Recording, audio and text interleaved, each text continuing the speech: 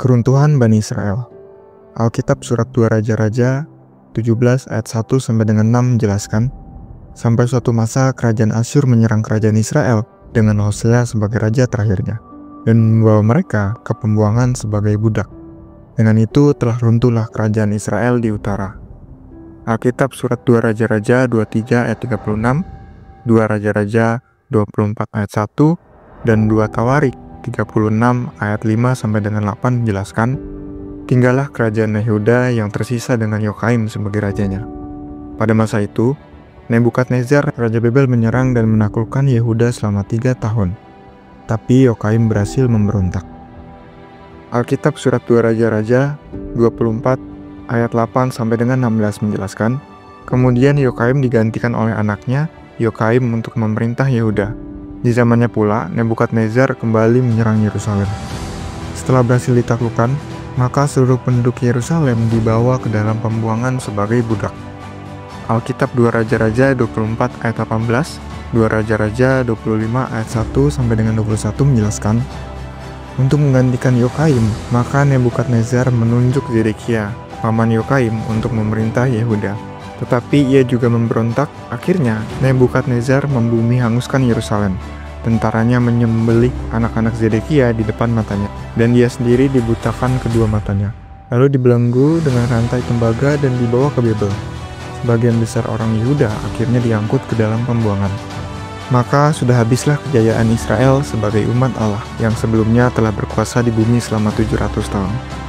Inilah wujud penggenapan pertama kali dari kedua kali umat Israel berbuat kerusakan di muka bumi, sesuai dengan yang tertulis di Al-Quran pada surat 17 ayat 4.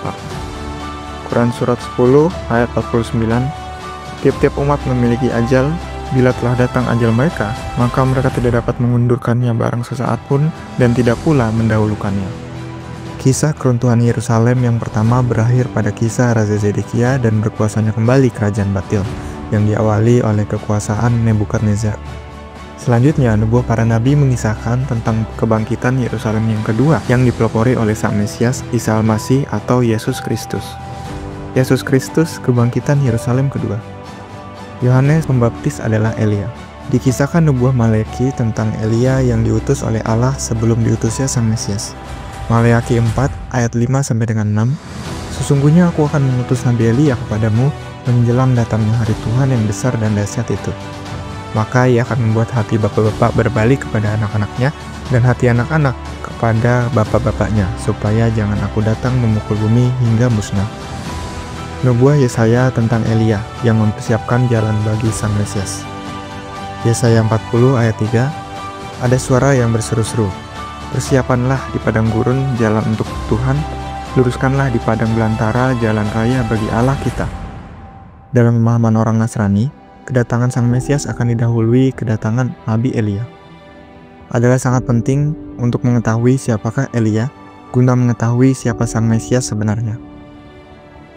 Dalam Markus 1 ayat 2 sampai dengan 8 menjelaskan, seperti ada tertulis dalam kitab Yesaya, lihatlah, aku menyuruh utusanku mendahului engkau, ia akan mempersiapkan jalan bagimu. Ada suara orang yang berseru-seru di padang gurun, persiapkanlah jalan untuk Tuhan, luruskanlah jalan baginya.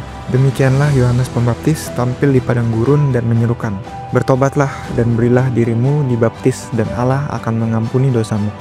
Lalu datanglah kepadanya orang-orang dari seluruh daerah Yehuda dan seluruh penduduk Yerusalem.